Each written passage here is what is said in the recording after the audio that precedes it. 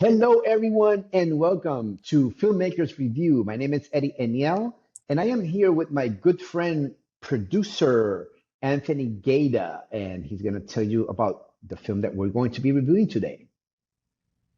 Hi, hello everyone. My name is Anthony Gale, like Eddie said. I'm a filmmaker, actor, producer. So today on the Filmmakers Review, we're going to be reviewing the film The Transformers: The Rise of the Beast. You've never faced anything like this. Let them come.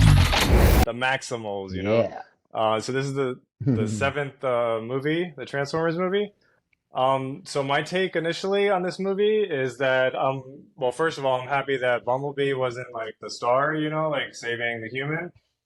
This time it was Mirage, voiced by Pete Davidson, and it had a very comedic feel to it. hmm Also, the expressions of the robots, as well as just the character development with this story. Like Optimus Prime, you get to know a lot more about his character, about him. He's just not like showing up and doing something, and then goes back to Bumblebee and whoever Bumblebee is saving. But the visuals are really cool. The fight scenes, I mean, like seamless CGI. Like it's a really entertaining, visually appeasing movie, and I was entertained from the beginning to the end. It was just overall really good movie. All right, Eddie, what about you? What was your initial take on this one? I mean, like any other Transformers movies, yeah, the special effects were really great. The action, and in regards to special effects specifically, I liked it when it was a transition when the main character Noah Diaz was in the Porsche, right? And it just like seamless.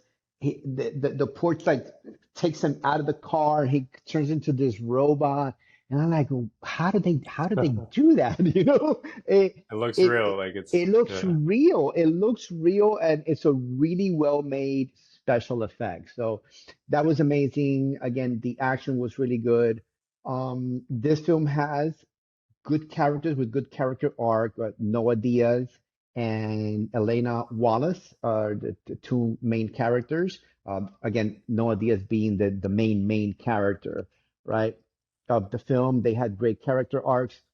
I guess, hey, if a robot from outer space turns into your life, you'll have a great character arc as well because Those they aliens, if they come, yeah, yeah yeah. they turn your life around. So yeah, that was good.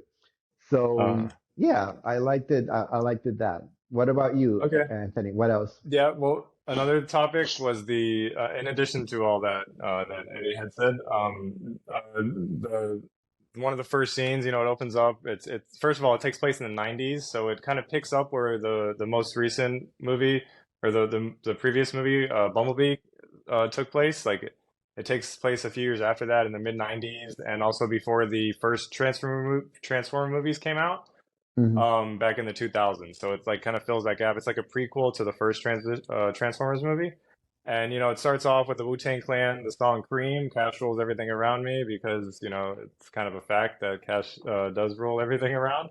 But he's fixing a VCR, right? So then he sells it.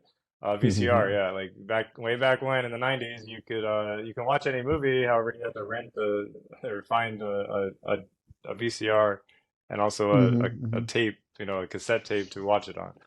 Different Yeah. time. They had beepers, beep beep beep, all that stuff.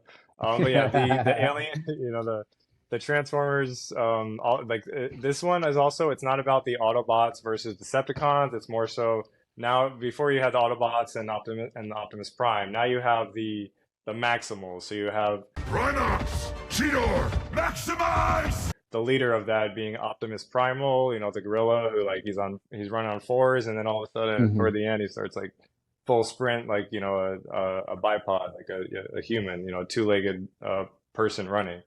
That was really cool.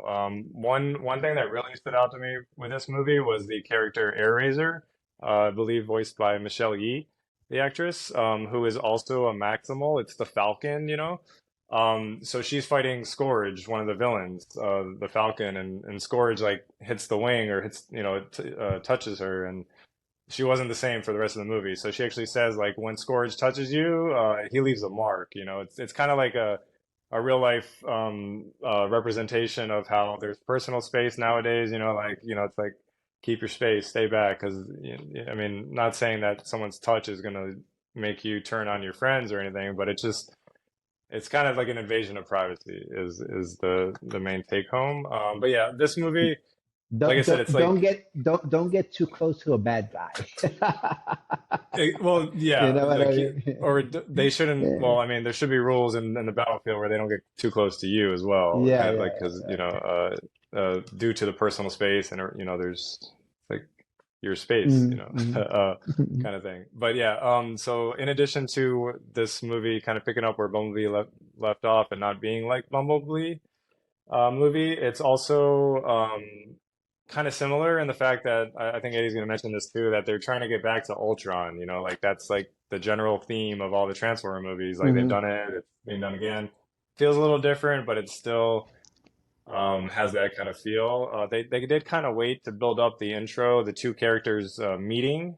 I thought it was going to happen when he was at the impound and stealing the car and awakening Mirage. However, it waited until they got to Ellis Island for the two characters to meet there. The museum artifact person, the lady. I'm trying to remember her name, but she has like a piece of the time warp or the trans warp, and that's the key for the Autobots, for the Optimal or the Maximals to get back to their home planet of Ultron. And then you have Scourge. And Eddie, what's your take on Scourge and the Terracons? The villains in this film here. Yeah, well, I mean, this is the one thing that I don't know. It's I have this thing after three movies. I don't know.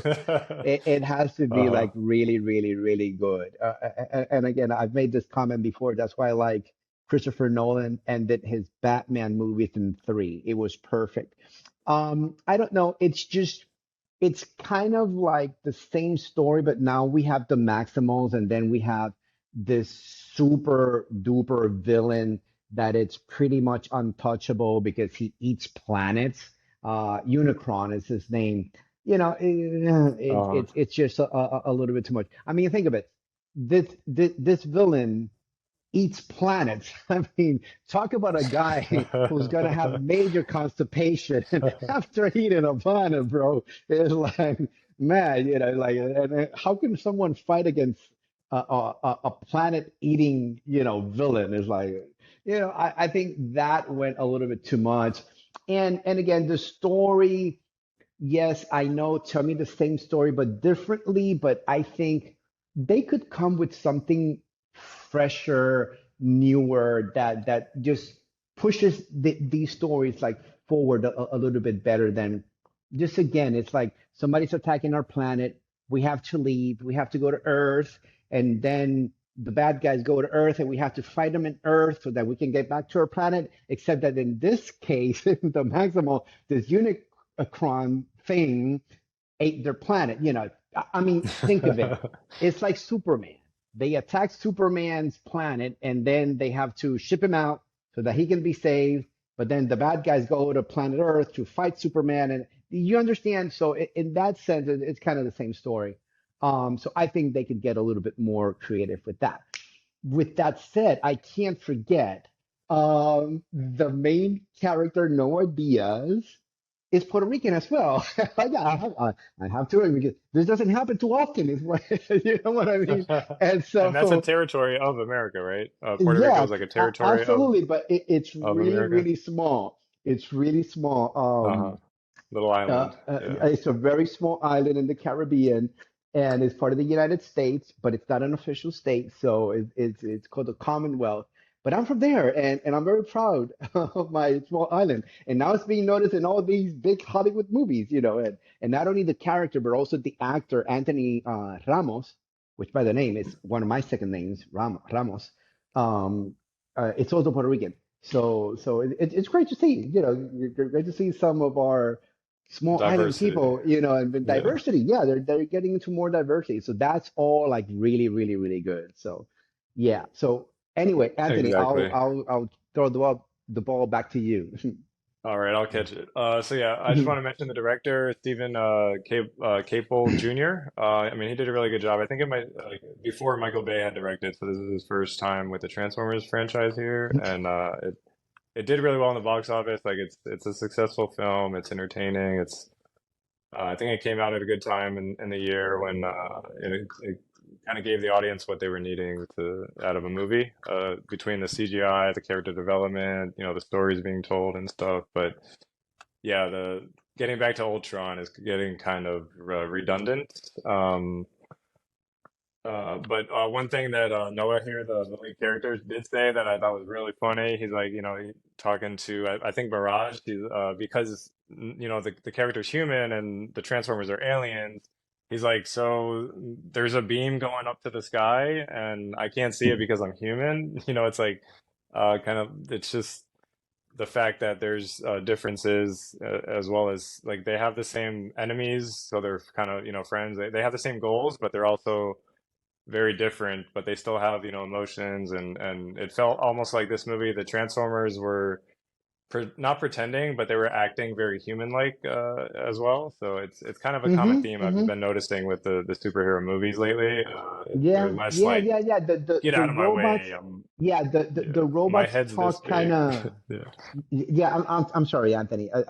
I just wanted to add that the robots seem kind of human-like in the way that they're talking now. Look at this face. The name's Mirage. Come on, give me a little tap. Give me a little tap. There you go. Now we're friends. They don't talk like robots, they're like not like Take me to your leader. Mr. Enjoy the Smith show. in the Matrix or whatever. Yeah, yeah, yeah, yeah. So it Oh, looks more like human, like, and they have humor. You know what I mean? One even has like a Spanish accent, and then they make a joke about it because he's a robot. And oh, that's kind of racist. But wait, it's a robot. How is that racist? You know what I mean? Sorry I'm late. I was taking in a harmonious moment between a serene butterfly and an unruffled caterpillar. Such tranquility. Yo, oye, Papa, where you from? Cybertron? So where'd you get that accent? Accent? What accent? You know what I'm saying? I'm saying it's cool. Like, I was about to be like, yo, mira, papi, ¿de dónde eres? Pero I didn't want to assume that you speak Spanish, too. Because then, right? A little racist, hermano. I'm not trying to be, yo. But anyway, the mission. Follow me. oh yeah, he's So like, I'm an alien, so wouldn't that yeah, be yeah, like yeah. species and not race? It's Yeah, like, so they had a few good like comedy moments in it as oh, I know well. the So joke. He's like, I'm not even human. How could I be racist? I'm an y- alien. yeah, Yeah, something that like that. Yeah, right. All right, so I think it's a good time to wrap up here. Eddie, do you have any closing yeah. thoughts? I'll No, start with the review. again, yeah, go ahead, go ahead. You first. Okay, You I'll start with first. the reviews or the rating this time. So, basically it was good. It was visually appealing. The CGI was really good, seamless, integrated special effects, and just it looked really cool. Good story. It was entertaining, kind of like Fast X, where it just started and then like a lot of stuff happens. It was cool to look at, and then the movie ends, and yeah, it was good. Overall, just due to the redundancy and having seen it over and over, I'd say I'd give it like a 6.7 overall, just based on everything considered. So yeah, Eddie, how Yeah. about you? What was your Yeah, take? again, I mean, it's a Hollywood movie with a lot of money, and it has a Uh, backtrack of being good in their special effects, in their action and whatnot. So yeah, that there's nothing different in that. It's just again the villain, and I'm going to add this is why I think Thanos was one of the greatest villains of all time because he's the bad guy, but if you think of it, he had some humanity in him. When he was about to sacrifice his daughter, what is her name quickly, Anthony? Nebula, yeah, the Green Nebula. Lady. Nebula. Yeah. You saw that and you felt it, and like he had a reason for doing what he was doing, albeit that it's unreasonable to us, but he was like, I have to kill half of the Uh, humanity in the universe because otherwise it's going to be super overpopulated and they're all going to die or something like that. The point is, he had a reason why to do these bad things, but this guy is just like, oh, I'm hungry and I want to eat another planet. And it just happens that planet Earth has everything I need. It has meat, It has greens. It has, Uh-huh. it has everything. And It's I just want to convenient. eat Yeah, it. I get it. Yeah, it's like, Right. so anyway, because of that, I'm gonna give it a 6. Okay. Yeah. So yeah, that's our take here on the Filmmakers Review. Thanks everyone for tuning in. Also, I just want to mention we do have the Attraction Man short film that we made. It's the Right poster's here. right there behind Eddie, and it's actually on both of our YouTube channels. So please go ahead, check out the film, hit that like, subscribe button. We got episodes coming out all the time with this Filmmakers Review podcast here. Thanks again for tuning in. Take care. Absolutely. See you in the next one. Bye.